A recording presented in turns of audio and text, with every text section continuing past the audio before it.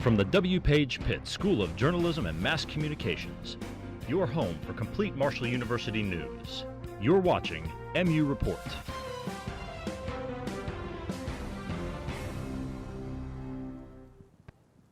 Good afternoon, and thanks for joining us for this second edition of MU Report of the fall semester 2019. I'm Aaron Thickens. And I'm Ando. We are students newscast of the W. Page Pitt School of Journalism and Mass Communications at Marshall University.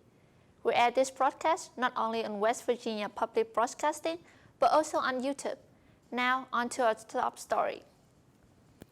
The decision to choose a college today could be more difficult than it's ever been.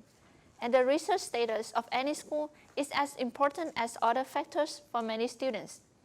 The fall semester is the first in Marshall history with its research status elevated to what's called R2. As Tierra Proud reports, the improvement means the university is succeeding as it focuses on primary, often groundbreaking research.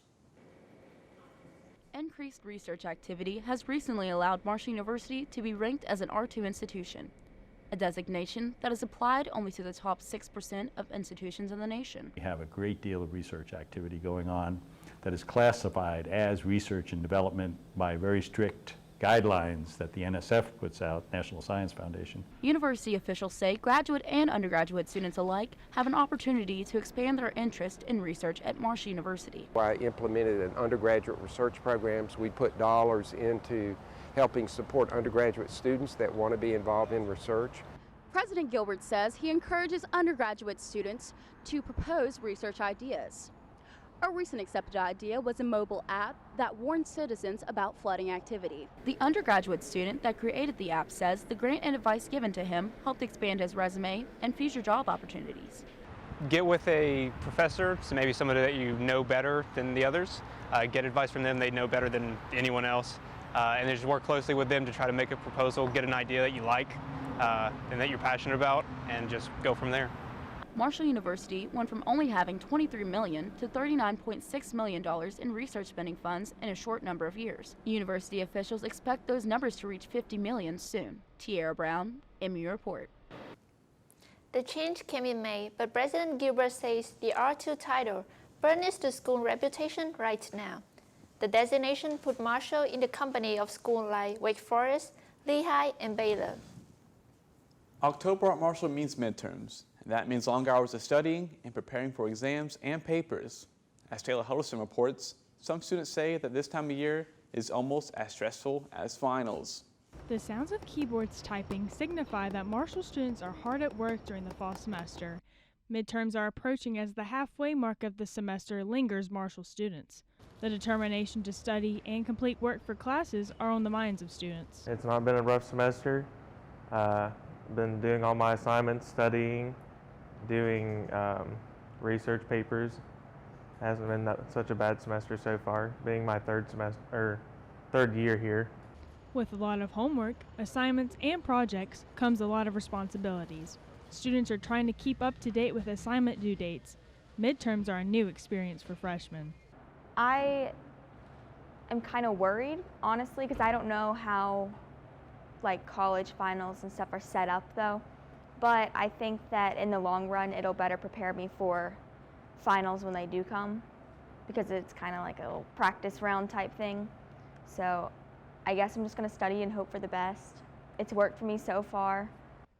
Midterms are about to consume the majority of students' free time. Some professors give them out to make sure their students are grasping the necessary content in their classes. Depends on how far they go with the material, and if they give you plenty of supplies to study off of, and if they don't, you can always just look at past homework or go over things you've already done in class.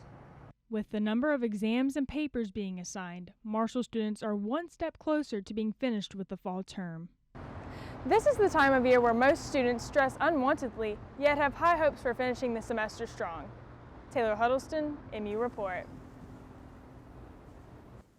Administrators say midterms are an excellent gauge for new students to check their progress. If they're struggling, they still have time to turn their grade around.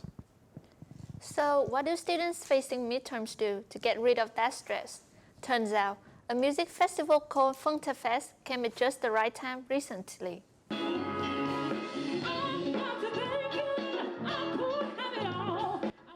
was time for the FuntaFest 2019, and hundreds of people made it to the event at the Ritter Park. Good music, cluster of crowds were what the music festival brought to Huntington City. It's a great way to bring the whole community together down here. Everybody in Huntington helps out with this. There's so many businesses that donate. There's so many organizations that help put this event on, and it's a great safe space for people to come and enjoy live music. Marshall University was helping a hand in sponsoring FuntaFest, hoping to bring the university and the community come closer. We want to reach out to the community and bridge that gap between the university and the community, and also raise awareness about recycling. Over 100 of acts from all over the eastern United States performed during the festival. It was a fun day for everyone, and for many students, FuntaFest was a place to relieve study stress. I think it's good for college students to unwind, have like an outlet to express themselves, just to relieve stress and stuff. While homework, assignments, and upcoming exams can be overwhelmed, a music festival like this is a great chance for students to have an escape for a while and also supporting their scores. That music venue was one of many that Marshall students can attend, and performers in the College of Art and Media remind us students don't always have to leave campus to catch a good show. MU Report will return after a short break.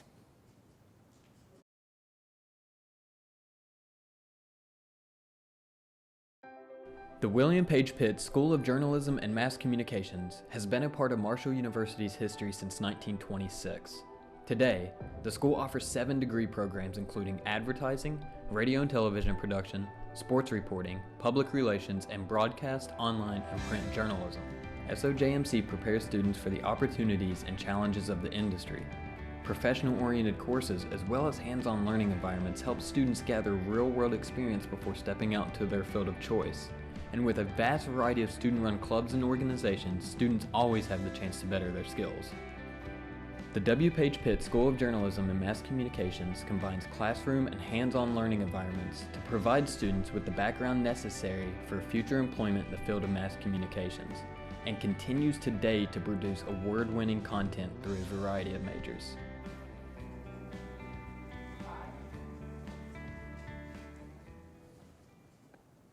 Welcome back. I'm Aaron Dickens.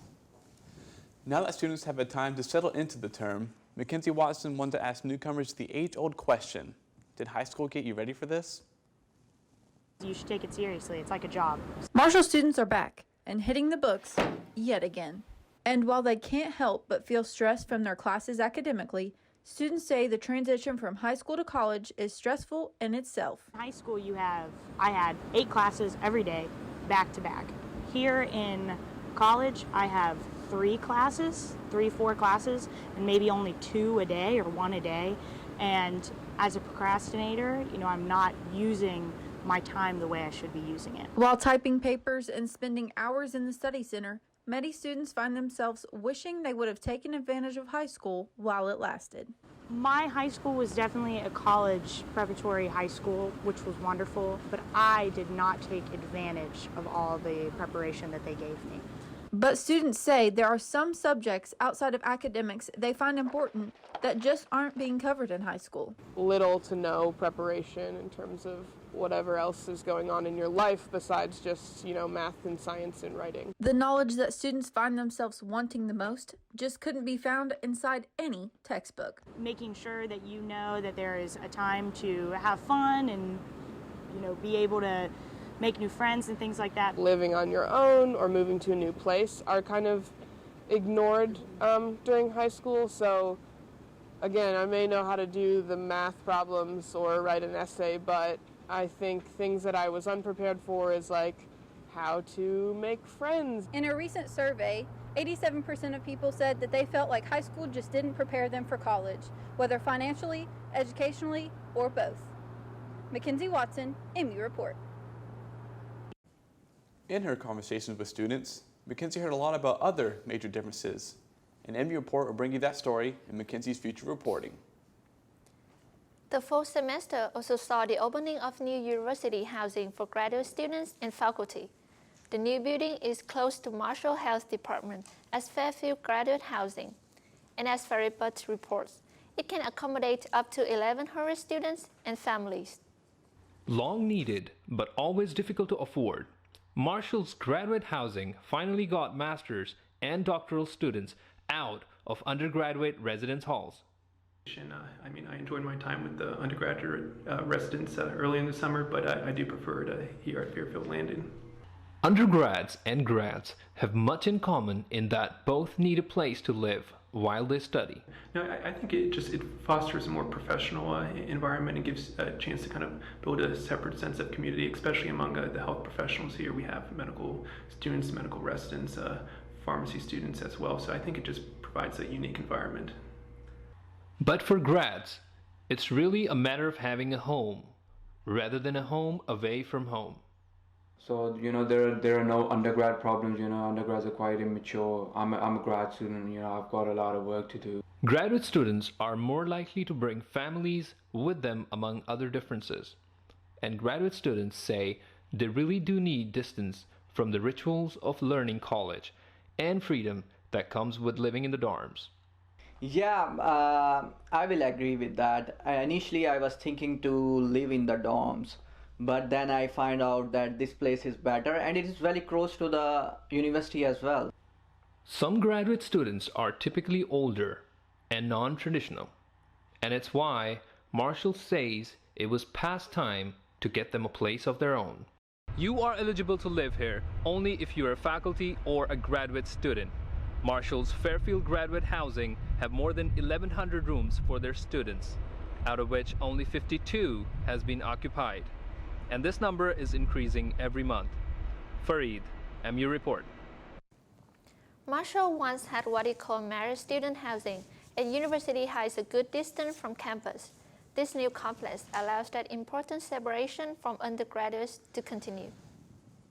We switch gears now for MU Report journalist Sebastian Morris and a story about a novel classroom experience. Fresh from the 19th anniversary of the 9/11 terror attacks, Warren Marshall professor now teaches an entire course on the history of terrorism leading up to that event.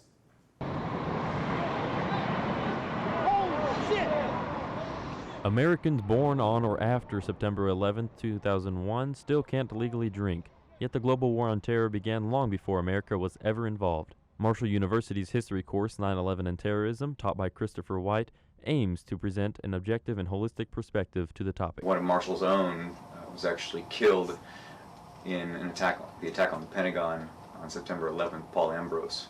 So I think that brings it close to home. What is it that led to one of our own from Huntington, West Virginia, being killed by Middle Eastern terrorists? White believes having guest speakers in class gives students a more complete picture of turmoil in the Middle East. Even students who were barely in elementary school during the attacks on 9/11 are still wondering why it happened. Yeah, ignorance can be fixed, stupidity cannot, and I'm trying to fix as much ignorance as I can.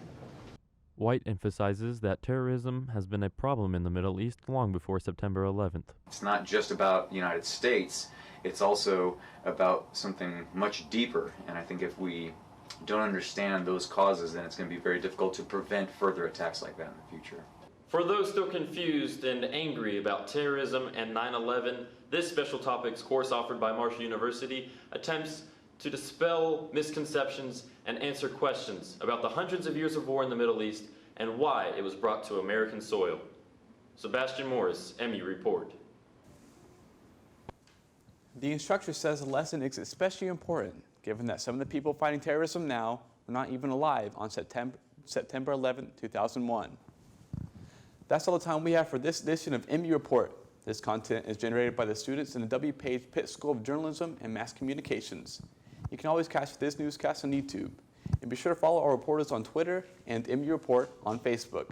I'm Aaron Dickens. And I'm Ando. Have a great day.